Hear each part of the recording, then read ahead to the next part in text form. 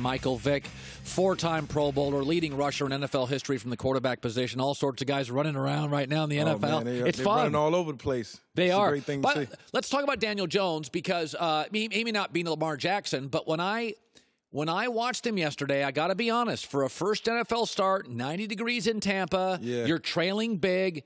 I kind of liked it. I mean, versus a decent defense and a tough place to play. Yes. Down in Tampa. You played there twice a year. Yeah, I mean, when they was, back in the heyday. Right. He showed us some things that we haven't seen before in New York in a long time. And I will say we haven't seen that before because it's been a long time since they had a mobile guy. Right. A little RPO, got the touchdown that he scrambled for right He's got here. straight line speed. Yeah, he can move a little bit, and I think that helps. That's going to help Pat Sherman with his play calling moving forward. But it was just good to see, Daniel Jones step in, really be confident, and lead his team to victory and get that first win. By the way, was your first game home or away? My first game start. My first start was on the road in Green Bay. And how'd you do? 2002. And I played really well. But it was my second year, not my rookie year. My rookie year, I wasn't ready. Okay. I wasn't ready to compete. I wasn't mentally prepared to play the quarterback position. Were you nervous? And I was very nervous. Okay, so Daniel's nervous. And nervous because the pressure of losing, and in the back of my mind, I just didn't want to be a bust. That was a big thing for me. I'm like, everything I do moving forward is critical, and it has to be well calculated. And that's why I say for a young rookie to go out and get a win, that's paramount for him.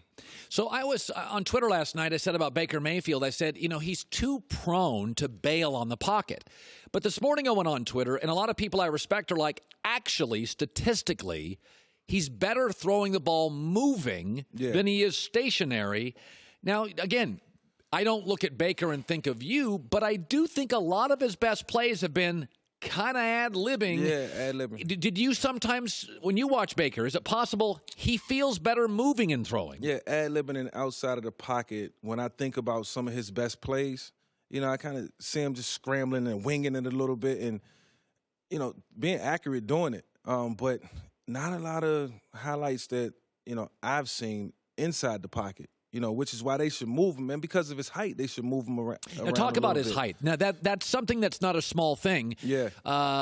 Russell Wilson talked about this early. They needed throwing lanes for Russell to see through. Right. Is it possible Baker's bailing because he's 5'11 and a half? Yeah, he's trying to find a lane, or he just doesn't see, the receivers downfield. And you don't look at the receivers, you look at the defenders. So you have to be able to see the defenders. And his pre-snap reads are really, really good. He does that well. But getting outside of the pocket, everything opens up. The field vision is open. And you got a clearer picture of what's going on down the field. So I think that's one of the things that plays into, his game as far as how he delivers the football and how he spreads the ball around. He has to be able to see. And I think throwing lanes is something that he's looking for. By the way, I want to show we have a play. Guys in the back. I got to bang on Freddie Kitchens a little bit. So they were running the football effectively. Yeah. And then they were deep in their own territory. They had plenty of time. And they started running routes where, listen, their offensive line is not a good pass blocking line.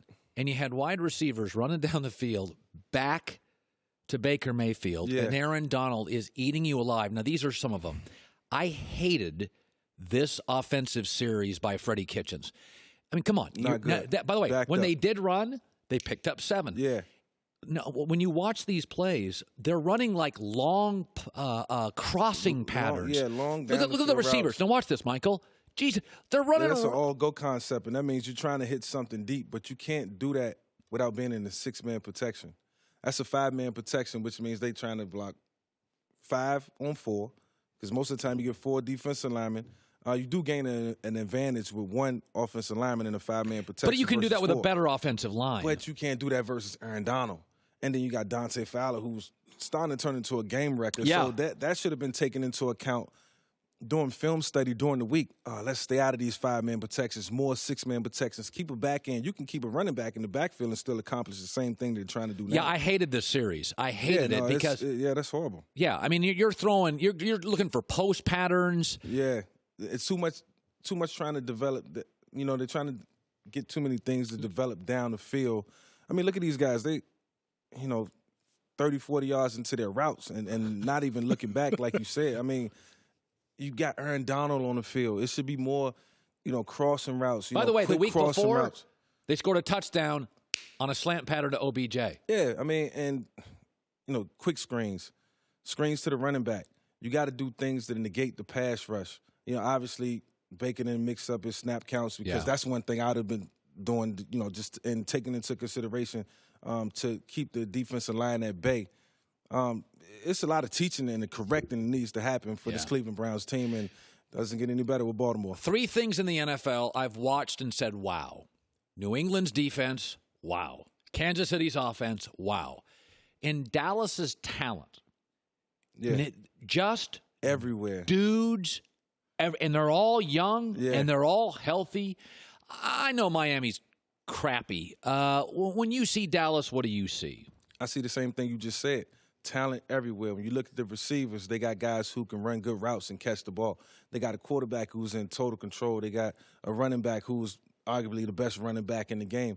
And then the defense that complements the offense and, creates turnovers. They create field position. They do it all well, and they're very well coached.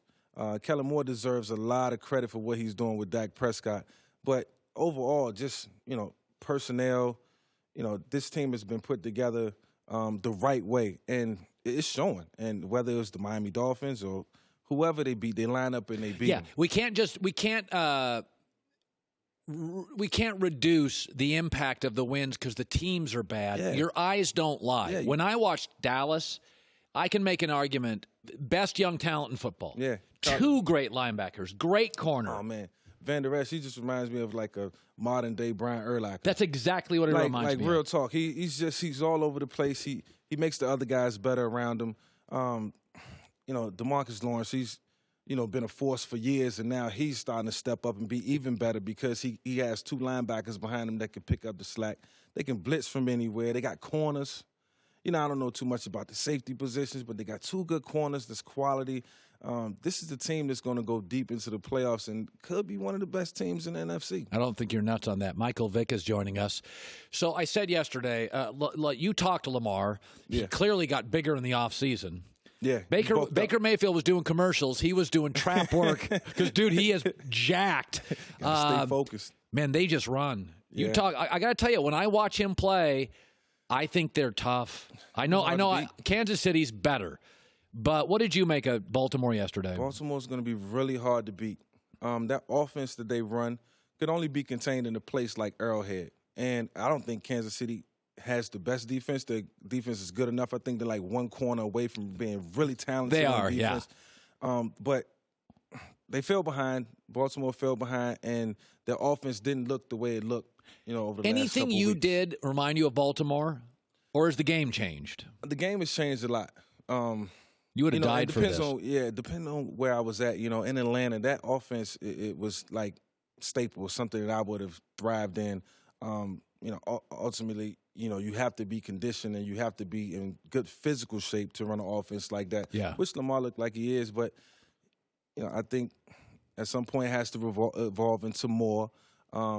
Just like what we were saying with Baker Mayfield, they have to spread it out a little bit and give a different dynamic, different look. Other than that, it'll become stagnant at times. So that's the last thing they want. But I think they just got a recipe that they can follow for the rest of the year. It's a formula. It's a formula that's going to be very hard to stop and hard to guard. People always knock the 2 words in the NFL, system and formula. Like, he's a system player. He's a formula player. This league has been dominated by formulas and systems my entire life. It's the teams like Cleveland offensively. I don't know what their system is. Right. Michael Vick, great seeing you. We go to a third hour. Hi, everybody. Thanks for watching. Subscribe here to get the latest from the show. Also, be sure to check out more of the best clips from The Herd or go watch a few segments from other shows on FS1.